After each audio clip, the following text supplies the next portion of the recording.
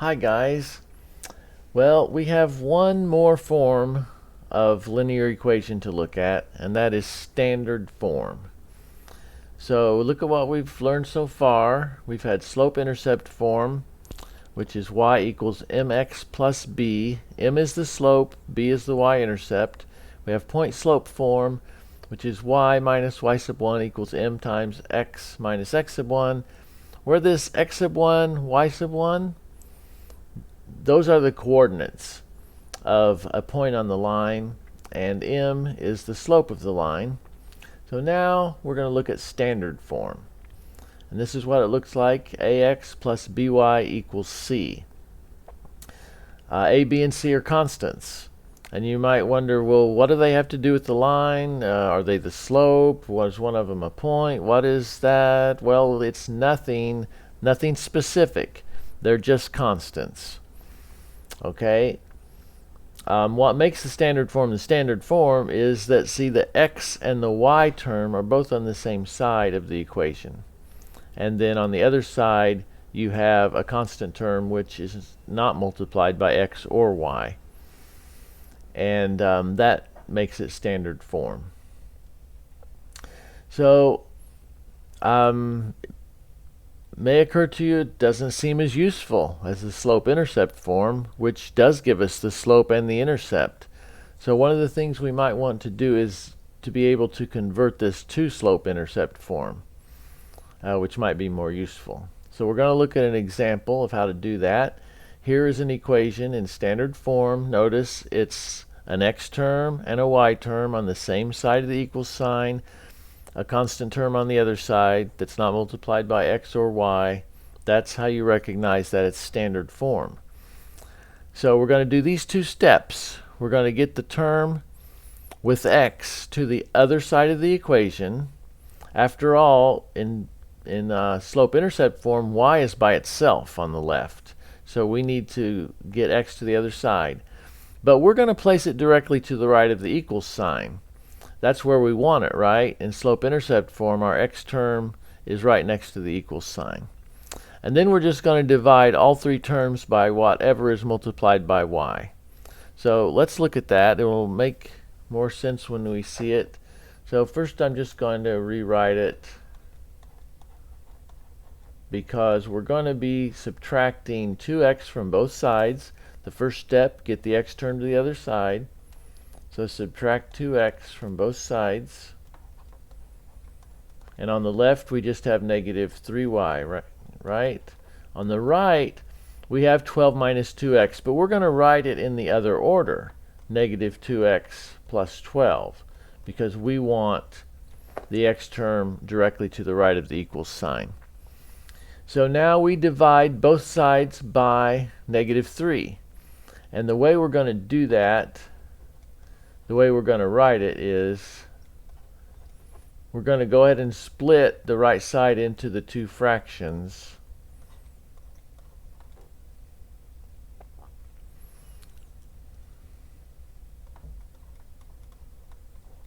Okay. And then we're almost there. On the left we have y, and then negative 2 divided by negative 3, that simplifies to just 2/3. That's 2/3 x. And then over here, it's 12 divided by negative 3. Well, that's negative 4, minus 4. So a little bit of simplification, and that's it. That is now in slope-intercept form, right? Y equals mx plus b. So b is negative 4, slope is 2/3. And we've got it. Okay? So our next example is finding the slope. What is the slope of the line? What if that's what we want to know?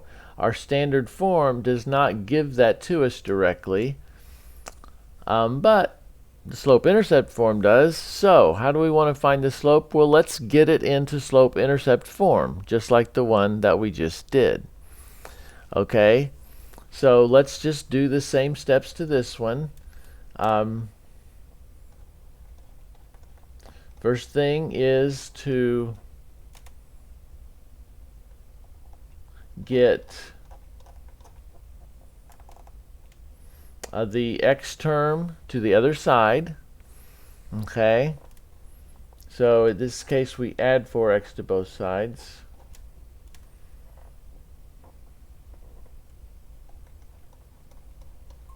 Okay, so on the left we have just the 4y remaining. We're getting there. We're going to solve for y. That's how you put something in a slope-intercept form, right? But when we write this down, we won't write negative 4 plus 4x. We'll put the 4x down first. 4x minus 4. Now we divide through by 4. Divide both sides by 4.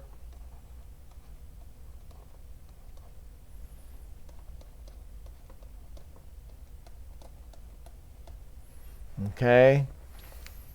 And that gives us our y equals x minus 1. Okay. Wait a second. Plus, how did I get that right? 4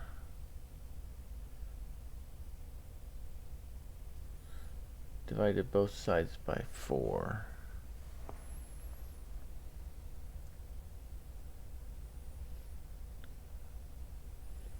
Yes, I believe that should be minus 1. I don't think I made a mistake on it. So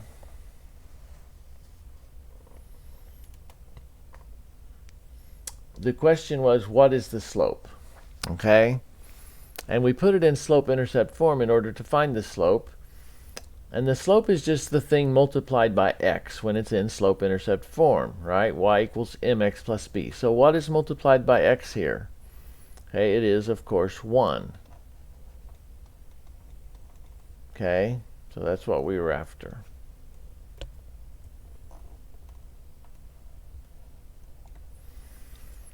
Okay, so I hesitated there because my notes have this being positive 1. But I believe we've got it right. It should be negative. Okay. So,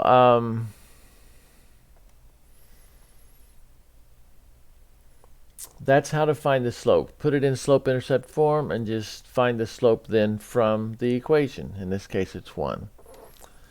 Okay, so the next example is graphing.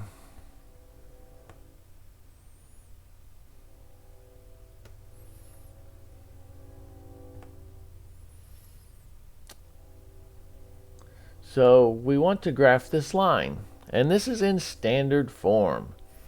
You know, standard form just isn't that useful. If we had this in slope-intercept form, we could graph it. And in fact, that's the technique we used for graphing a line in point-slope form. We changed it to slope-intercept form, and then we graphed it. So let's do the same thing here. We're going to get it into slope-intercept form, then we're going to graph it. Remember how to graph. We'll be plotting the y-intercept. We'll be using the fact that the slope equals the rise over the run, and that will, since we'll know the slope at that point, we can use rise over run to go up whatever the rise is, then over by the run, and find our next point. Then we connect the 2 points. So let's do this. Go ahead and rewrite it to get started and subtract 5x from both sides. Okay, and on the left we have 6y, and on the right we'll write down the x term first, negative 5x plus 12. Then we need to get y by itself, divide everything by 6.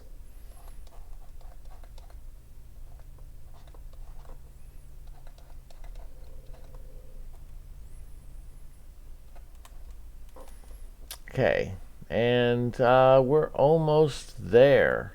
We're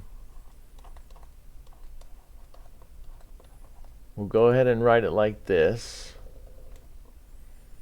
And 12 over 6 is 2, and that is slope-intercept form. So we want to graph this. I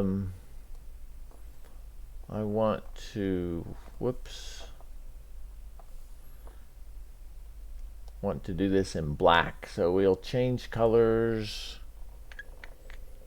Here we go.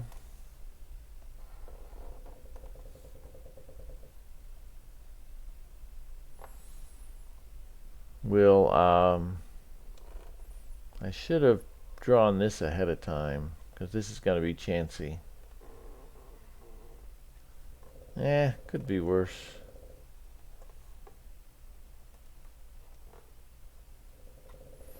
Okay, so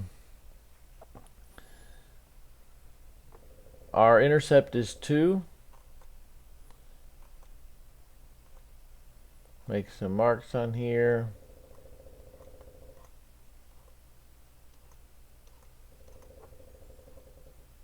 Oh. Okay, so we make a point right on our y-intercept first, right? And now we have the slope is the rise over run, which is either -5 over 6 or 6 over -5. So I'm going to say the rise over run is, I'd rather do that in blue. It'll be prettier.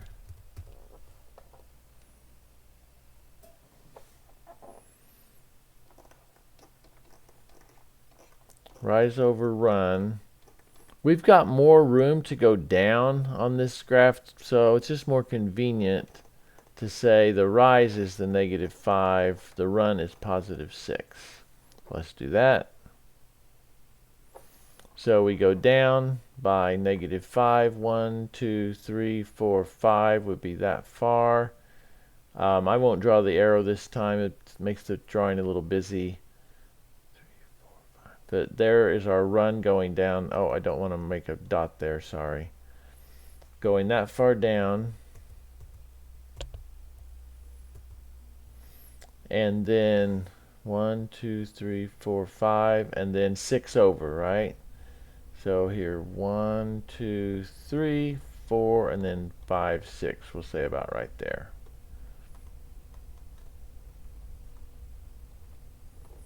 Okay, 5 down, 1, 2, 3, 4, 5, 6 over, 1, 2, 3, 4, 5, 6. So there we have it.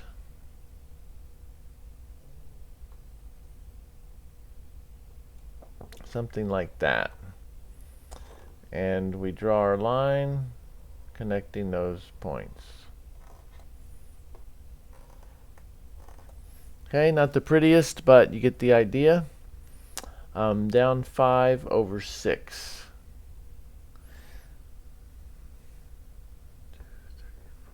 I went down too far. That's ugly. I'm going to do that again. Sorry. We'll get this right. Down 5. 1, 2, 3, 4, 5. I counted 5 and then I skipped another one. So it's about right there. Okay. I counted correctly. I just left a gap. That's